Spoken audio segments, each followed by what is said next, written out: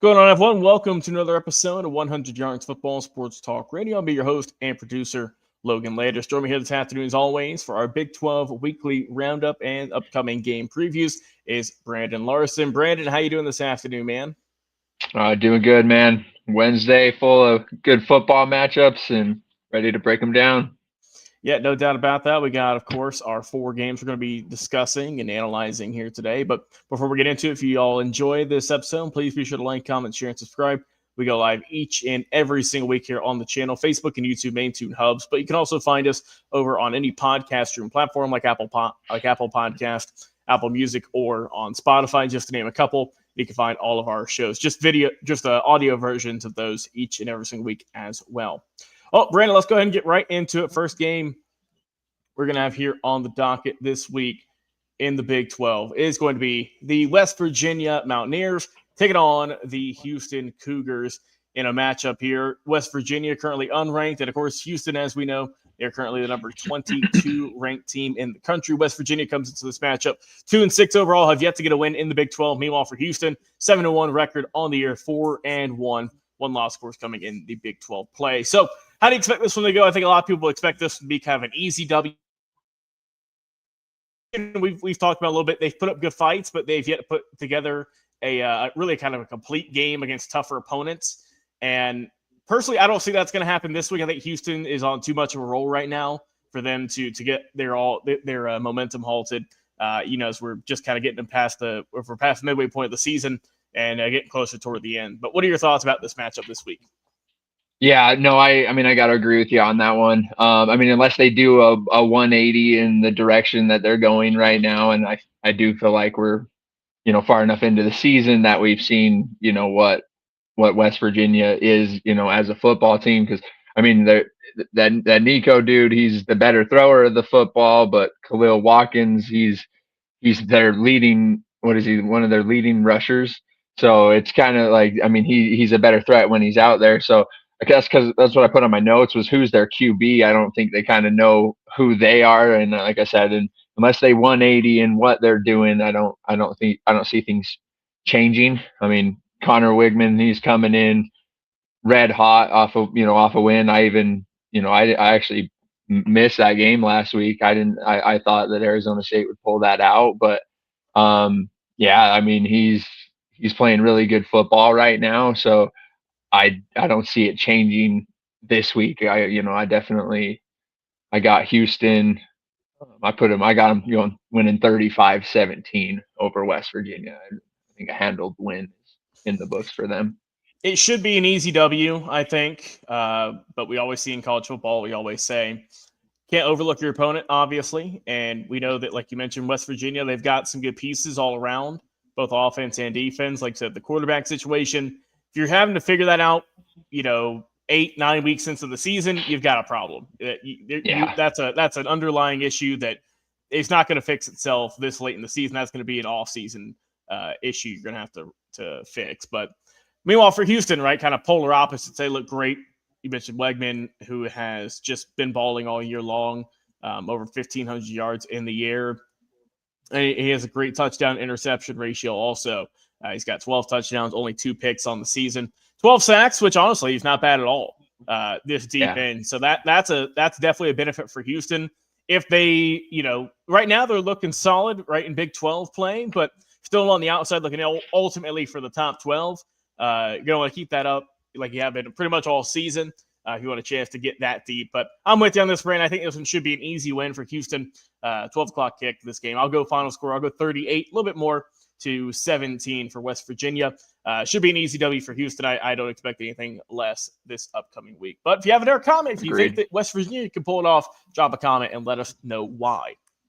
All right, second game up on the dock. And this is going to be interesting because we got Arizona State taking on Iowa State. And it was announced earlier in the week, Sam Leavitt, he is not going to be in this ball game. So a disadvantage already for the Sun Devils, who has kind of had their season derailed here in the last handful of weeks. They were looking great, kind of early on. That they were looking like a team that was going to have a deep run, but they're losing some parts. They're losing some pieces as we get towards the end of the season. And unfortunately, that's the way it goes for some teams in college football and any sport.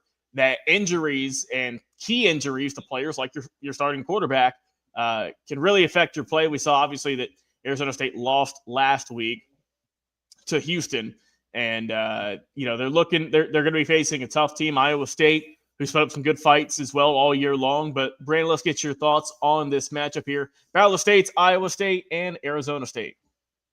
Yeah, I mean, no Levitt, that's going to be huge. We saw the difference with what he makes, in what Arizona State came and offensively did in their showing against the Utah Utes compared to what they did the following week versus Texas Tech with Sam Levitt. I'm not saying Levitt would have won in Salt Lake, but there would have been more points put down, and he's a difference maker. He's a playmaker, so that's crippling to him there.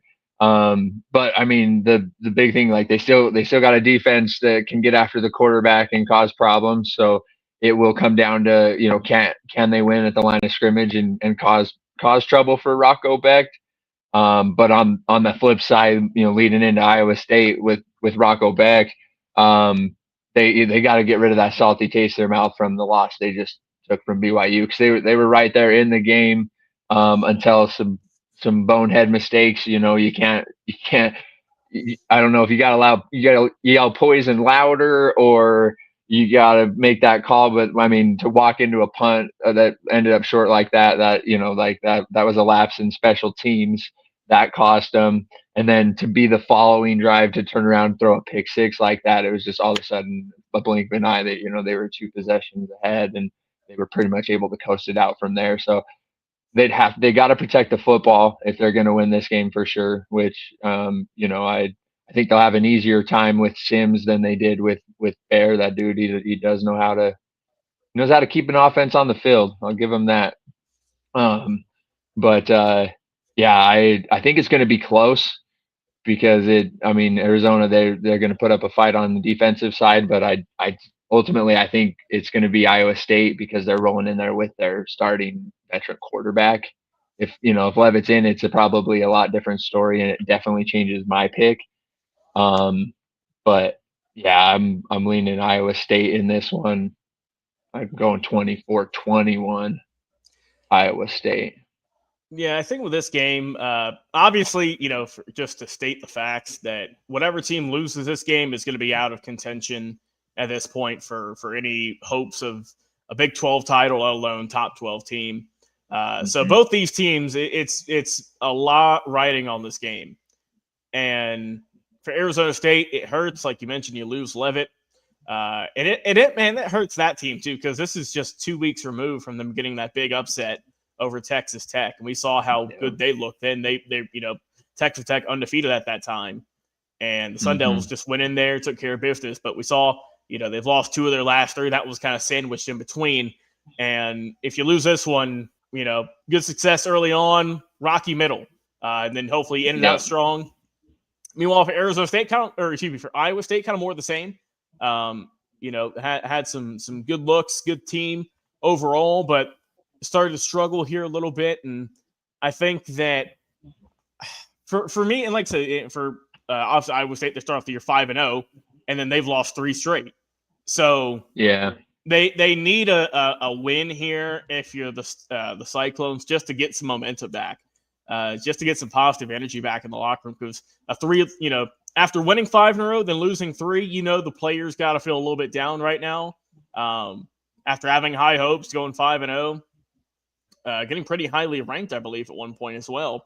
And now you're unranked, fighting for your life, basically, this few weeks in. But I think I am going to have to lean towards you on this one. I think Iowa State, only because I don't think this team is nearly as good with Levitt on the sidelines as if he would be if he was in starting rotation, if he was behind center. And unfortunately, that's just the case. I do believe Jordan Tyson's going to be in this ball game, so that is a big factor. So obviously, if you're Iowa State, circle him, cover him, double team him. If you can stop him, or if you can just negate what he normally does as much as you can, you still have a good shot of winning. See if they can beat you with the run game for Arizona State with Brown. See if he can get things turned up on the season. He's got 706 yards, 121 carries, only 3 running touchdowns. I mean, Iowa State doesn't have much of a run game either with Sama. He's got just over 500, I believe, on the season. Yeah, just over 500. So, you're going to have to get a little bit creative here for Arizona State.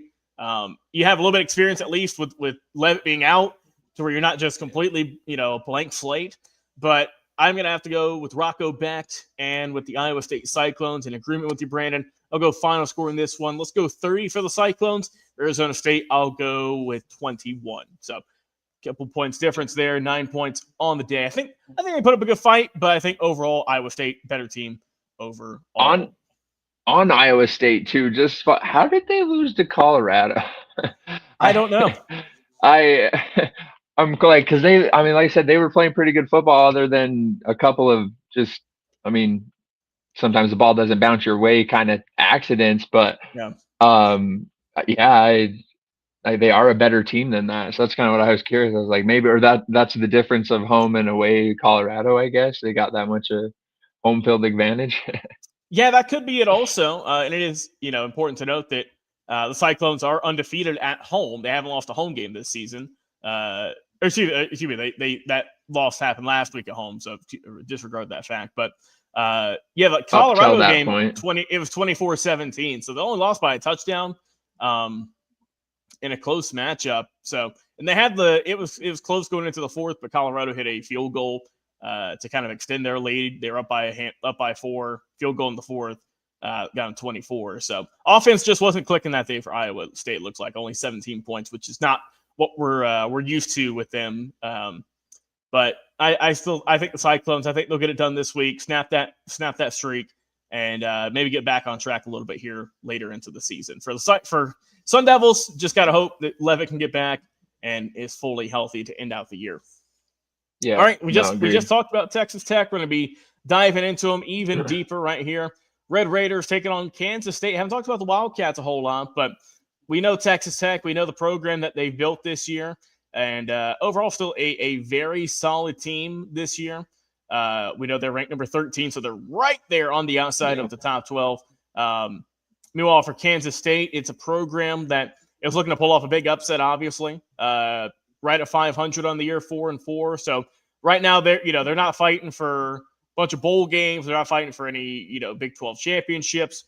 Right now, Brandon, they're looking to just stay above 500, and they've done so. They won two games in a row. They beat TCU and they beat Kansas. They scored over 40 points in both those ball games. So Kansas State's offense, we know that they can come to play, but it's going to be tough against that Texas Tech Red Raiders defense, and we know they have a tremendous offense as well.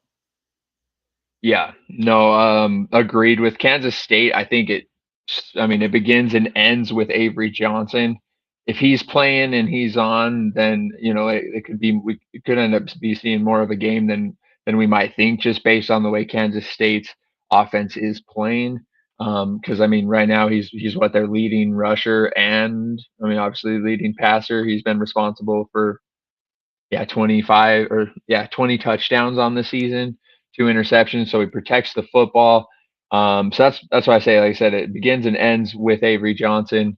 His main go-to targets JC Brown, and then equally got Garrett Oakley. He's got a tight end, so he's got his security blanket over the middle as well. But like I said, it kind of ends with him on how well he's playing right now. I definitely think offensively they can keep up with Texas, but can he do it against that line? It's going to be interesting. He's going to have to be on the move. I'm not expecting Kansas State's O-line to hold up against Texas Tech's D-line. So it's going to be, if they do, it's going to be a lot of playmaking on the back of Avery Johnson. I'm not saying it can't happen, but leading over into Texas Tech, they kind of know how to stop a mobile quarterback. They know, like, they're pretty stingy in the trenches. One of the top in the country as far as run defense. So I don't think that, like I said, you're going to run all over him by any means. He's going to have to make some good deep downfield throws. Like when you look at the way Arizona State beat Tech, it was, I remember writing Air Levitt on my notes because Sam Levitt just aired it out. He tossed it down there. It was, I think it was Tyson or Douglas down there. One of them, on the end of it would make a play down there. And on those 50-50 balls, you're going to need guys to step up, because I think that's so far been the only cracks in the armor, if you will, of Texas Tech's defense, is if you can get enough time offensively, protection wise, to actually throw the deep ball. Some of their cornerbacks, have shown to be susceptible to it. So, like I said, that'll be a big key in the matchup, and it's going to come down to Avery Johnson making big plays downfield. On the flip side, with Texas Tech, I definitely think Morton's the better quarterback, and I do remember they said he's going to be back now, right? Because he was he's out going to be back for this year. He's been back State. for a couple. Yeah, he's been out for a little bit of time, but he is going to be back. We saw that Will Hammond was in his place. Unfortunately, he got hurt in the win that they just came off of. I believe tore his ACL. It was that bad? I hadn't heard. He's out for the year. Will Hammond, redshirt freshman. So hopefully, man, he gets back and is healthy for the remainder of his tenure, because like I said, he's still just a redshirt freshman. He tore an ACL and it's his right knee is what it is, against Oklahoma State. So the big loss there, but you're lucky that Morton's back just at the right time. We also saw, earlier in October, they lost Skylar Gill Howard there on the defense. So that was, they're working through that. They're getting their starting quarterback back finally, but you got a big stretch of Big 12 games lined up here. And you mentioned that really for Kansas State, the offense ebbs and flows through Johnson. If he's on, they got a chance. If not, I think Texas Tech puts it away easy. I think Morton has I think that, because we know his O-line is tremendous. Just the work that Texas Tech does. But I think we didn't even mention Cam Dickey. They gotta be able to stop him on the ground. Like realistically, Texas Tech could control this game in the trenches. Limit Avery Johnson's possessions and control the clock and run the ball. I was about to say, and no problem with that. And I know Johnson's going to get work out, because Bailey's going to be chasing after him. He's got 10.5 sacks on the season, so it's going to be a push and shove type contest. I think this one should be pretty easy win for Texas. I think Kansas State's going to come out hot. We know the offense. I think they're going to be pumped up for it, but I think just as a team overall, I got to roll with the Red Raiders. They've looked good so far this year. Like I said, just a one blemish on the record, and with the way the top 12 has gone this year, it's anyone's game. So I'll go with Texas Tech winning this one. I'll go 42 for the Red Raiders. Kansas State, give me 28. Nice. Okay. I like it. I think it's a little bit wider margin. I think Tech, with Morton out there, he ups the amount of scoring. Just because just looking at the numbers, him and Hammond have both had 3 interceptions, but Morton had 13 TDs on the season and Hammond had 7. So equally, they as many give ups is the same, but like I said, almost double the offensive production. So I've got Tech going 35-17 over Kansas State.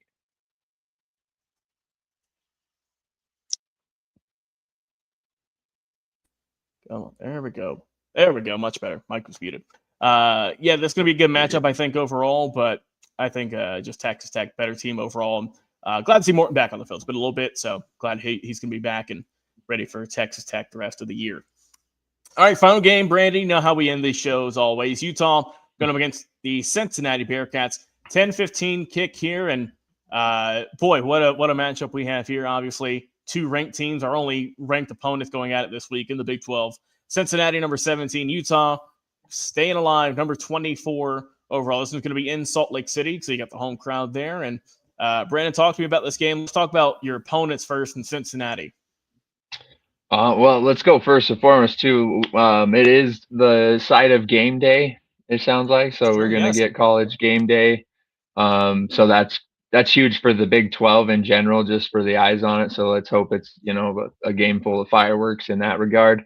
As far as Cincinnati goes, it starts with Brendan Sorsby. That dude's dealing. He's the definition of a dual threat quarterback. He'll throw it over the top of you, but the second you drop in man coverage and turn your back, he'll rip off, a first down or more on his, with his feet. He is, he's equally, like I said, as lethal feet with his arm.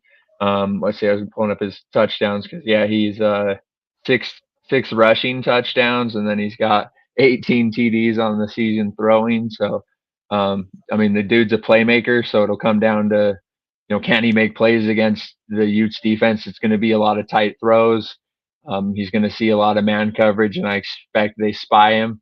So, I would assume the game plan would be come in and try and keep him in the pocket, but that's not a given either. Can they be balanced on offense, running and throwing against the Utes? The Utes are going to try and make them one dimensional. And then how are they going to hold up in the trenches? That's going to be the other thing. They haven't, up to this point. I think this is going to be their toughest test in the trenches. So that's going to be something to watch there, just even, on both sides of the ball. And then Cyrus Allen, it's going to be an interesting matchup. He's their leading wide receiver. I expect Snowden to follow him. I don't see why not, but also I expected that of Chase Roberts, and he didn't follow him the whole game. And the one drive he did, and he pulled off a touchdown. So I'm hoping, like I said, we learned from that. But that's where it starts with Cincinnati that way. And on the Utah side, is it Dampier or is it Bird? They said Dampier's day to day, so we don't know who is actually going to be quarterbacking. But I mean, really, I think the offenses run very similar. The quarterbacks are very similar. I almost think Bird is more of a threat running. I think he's got the breakaway speed that, like Dampier had the ability and speed to get to the corner, but the safety would eventually catch up to him. Where I feel like if Bird's able to get that corner and get the safety on the edge, he's then got the speed to pull away. I'd like to see more desired in the passing game of, who's better that way. But that's going to be kind of the big key there, because I think now our 2 losses, the blueprint is there. If you want to beat Utah, you have to stop the run game first and foremost and make us one dimensional. You force them to beat you with the pass. And so far, the teams that have done that, the Utes haven't stepped up to that occasion. So that's going to be the biggest thing. And the other thing is how Sorsby going to do? He's going to be running from John Henry Daly, and he's got 9.5 sacks, I believe, on the season now. So he's right behind Bailey of Texas Tech, and I don't think Bailey's had his bye week yet, and I know that the Utes have. So Daly's, there's going to be a week where Tech is off, and hopefully Daly can stack another sack and close that gap on the season lead, or on the country lead in sacks. But that's where I think the matchup's going to play out. There is, if they can hold up in the trenches, it might be more of a shootout. But it'll be interesting to see kind of what they do, because if you can hold up and force Utah into throwing situations and must pass situations, we don't like to open it up until it's dang near almost too late. Yeah, and with Cincinnati, they are probably the hottest team in college football. 7 straight wins after losing your season opener. They've just kind of put a rocket on the team, and it's going to be hard to stop them. And you mentioned, obviously, Sorsby is, great quarterback. 20 touchdowns, just 1 pick, and close to 2,000 yards. He's more likely going to eclipse that during this game. He only needs just about 150, give or take. So I think he'll get that against you. So he is going to get that marker. Unfortunately for you, Mr. Larson, but I think that for the Bearcats, they just have a good team. Offense, defense. Golday, their linebacker is a force. He leads them in sacks and in tackles. That you got to have star players, right? And normally you don't want 2 guys leading your tackles and sacks. That's rare. But that just proves, how good he is for the Bearcats. And like you mentioned, for Utah quarterback situation, hopefully it is going to be Dampier. Like I said, we haven't confirmed it yet. We're just a handful of days out, but we're just going to assume that he's going to play like we've done for many weeks here. But I think Parker, he could get the ball a little bit more this game just because of the health. We know he's got – that's where you guys do have the advantage for the running backs. Just ever so slightly, Parker's got about 20, 30 more yards and one more touchdown on a handful of carries more. So I think maybe if you slow it down, if you get Parker the ball, get, that 3rd and 3 you get for a running touchdown, and let the clock go and get the time possession battle. That'd be an easy way to pull off a big win here. Then you mentioned Daly. He's someone that, if you're Cincinnati, who, they have a really good team, offense, defense, but you got to be able to stop the star players also. And we know that's the go-to guy for the Utes. That you look for him for the big play, for getting momentum, and he's done it also, so far all season long. But it's a big test for both teams, honestly. For Utah, I feel like you got to win this one if you want a chance of keeping it alive. For Cincinnati, they can afford a loss. They haven't lost to a team in the Big 12 yet, so they can't afford a loss here and still remain in good graces. You'd have to probably win out afterwards at that point, depending on how many teams they're going to take in the Big 12. It remains to be seen at this point.